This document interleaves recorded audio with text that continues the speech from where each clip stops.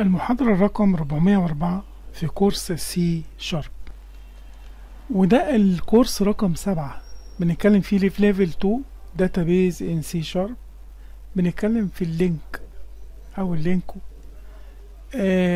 كان سبق وخدنا المحاضرتين اللي فاتوا او ال3 محاضرات اللي فاتوا عن اللينك، اتكلمنا فيهم عن حاجات متنوعة.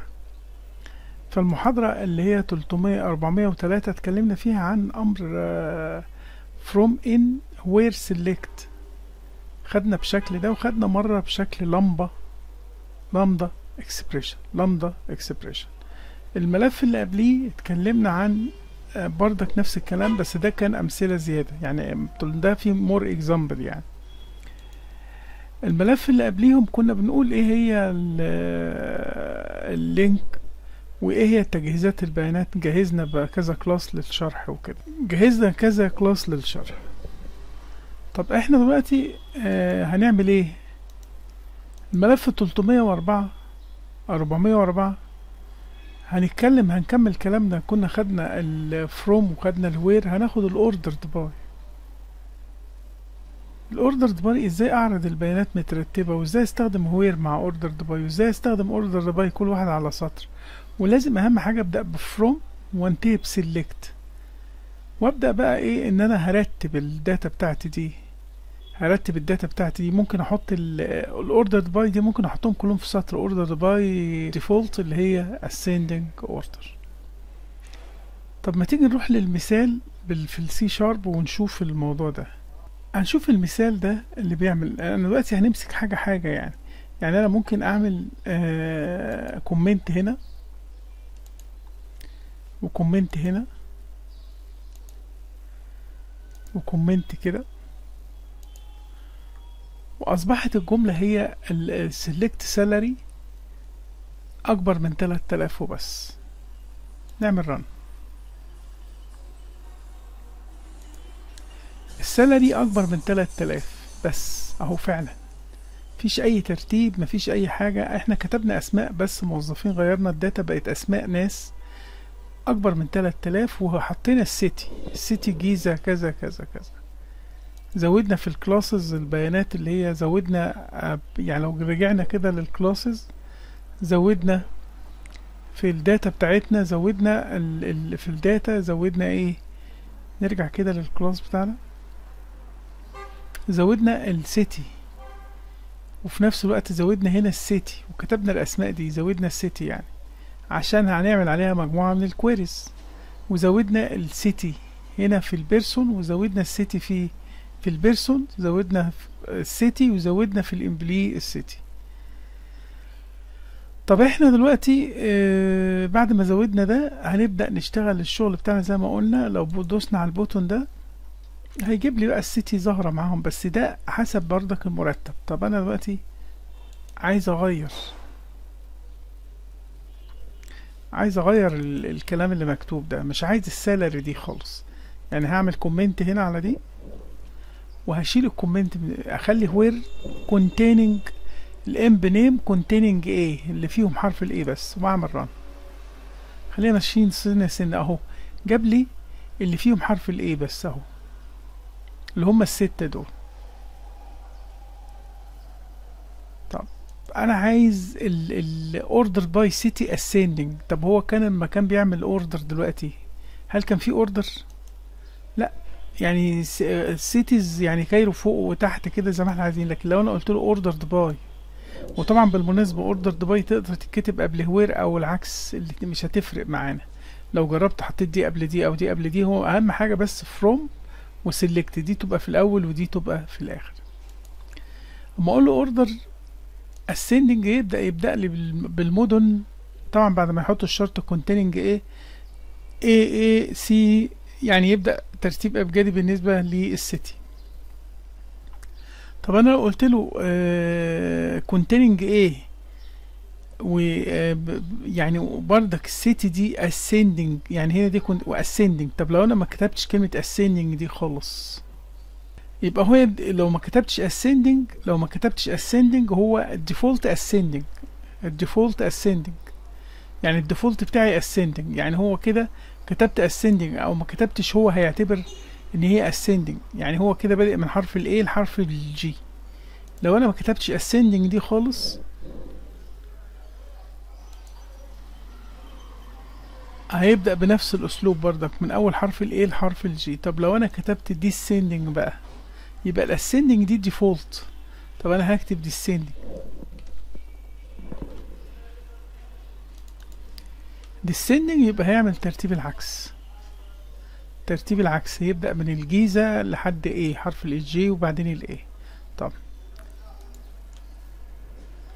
لو انا برتب حسب السيتي دلوقتي، طب انا كان ممكن يعني انا كده يبقى ممكن في descending وفي ascending. الاسcending هي الديفولت ممكن ما اكتبهاش يعني.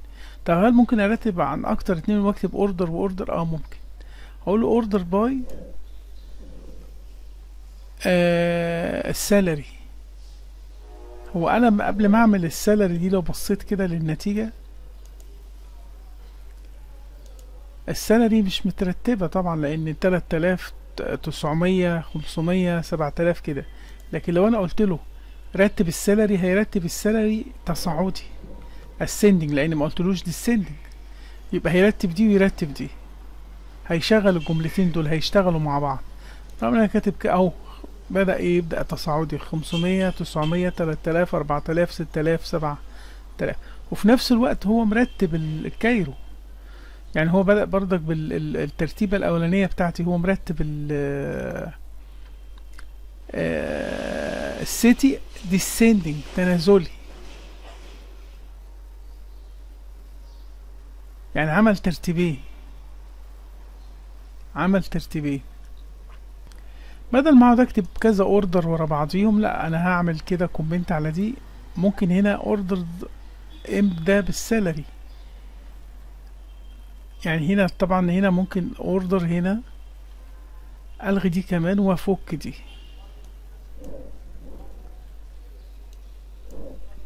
يعني اقول له السيتي ascending والسالري descending. دي descending والسالري ascending والام اي دي descending. يبقى انا كده ببدأ احط كل جملة ordered by في سطر واحد، يعني بس هيرتب اللي اتكتب الاول. وطبعا كلهم containing. طب انا مش عايز containing، انا عايز كله كده مع بعضي، كله يظهر بالترتيب ده.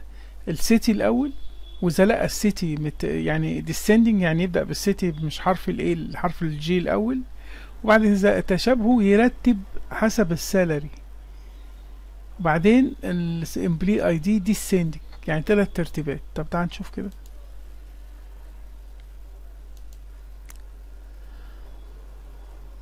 يبقى اول حاجة هو رتب حسب السيتي، هي دي اللي كانت تهمني، الجي جي وايه كله ده. اذا لقى اتنين من دول اتقابلوا زي بعض جيزة وجيزة كده، يبدأ يرتب حسب مين بعدها، حسب السالري.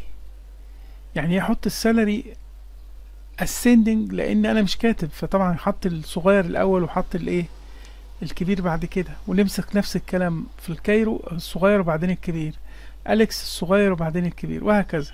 طب اذا لقى دول يعني تشابهوا، يعني المرتبين زي بعض، هيحط الاي دي descending مش ascending، يعني العكس. يعني انا لو خليت هنا المرتب بتاع واحد فيهم زي التاني، يعني اصبح الاتنين متساويين، هيتحكم في الترتيب بالنسبة يعني حاجات كده. هو بس بنفهم الأوامر وخلاص. بكده يبقى احنا خدنا ordered by، وهي بتتكتب زي ما انت شايف كده كلمة واحدة مفيش مسافات، order by. وخدنا where، وخدنا from in، وشبهناها ب for each for each كذا in كذا. وبعد كده select ده اللي انا نفس ما عملت from كذا select انا عايز اعمل ايه، هو ده عايز اطبع ايه select. واتفقنا ازاي انا بختار الحاجة اما اكتب اسم الكلاس كله مرة واحدة يبقى انا كل الداتا بتاعته معايا. لكن لو كتبت حاجات معينة منه زي ما اتفقنا قبل كده في الدرس اللي فات، السنتكس بتاعها يتكتب ازاي اهي. قلنا select new كذا، نكتب بالطريقة دي. لو اكتر من حاجة اكتب select new يبقى بطريقة الانيمينس.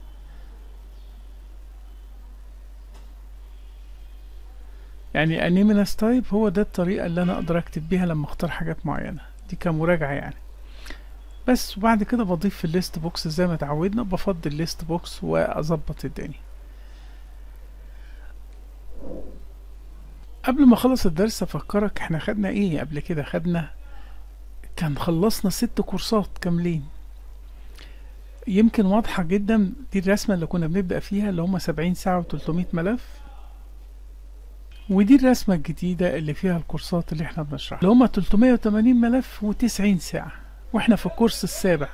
يبقى احنا خلصنا 6 كورسات واحنا في الكورس رقم 7 في ليفل 2 في اللينكو داتابيز ديزاين، اللي هو الليفل 7. كان قبل كده خلصنا الادو باقتدار يعني في 80 ملف في 19 ساعة.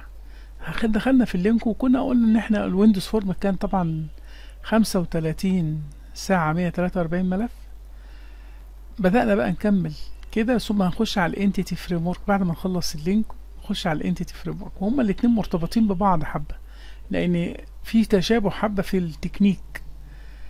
لكن طبعا يعني هنشوف القصة ماشية ازاي، فانت مهم جدا ان انت تركز معانا في الكورس ده. لو عندك اي سؤال اكتبه تحت الفيديو. اشكركم، سلام.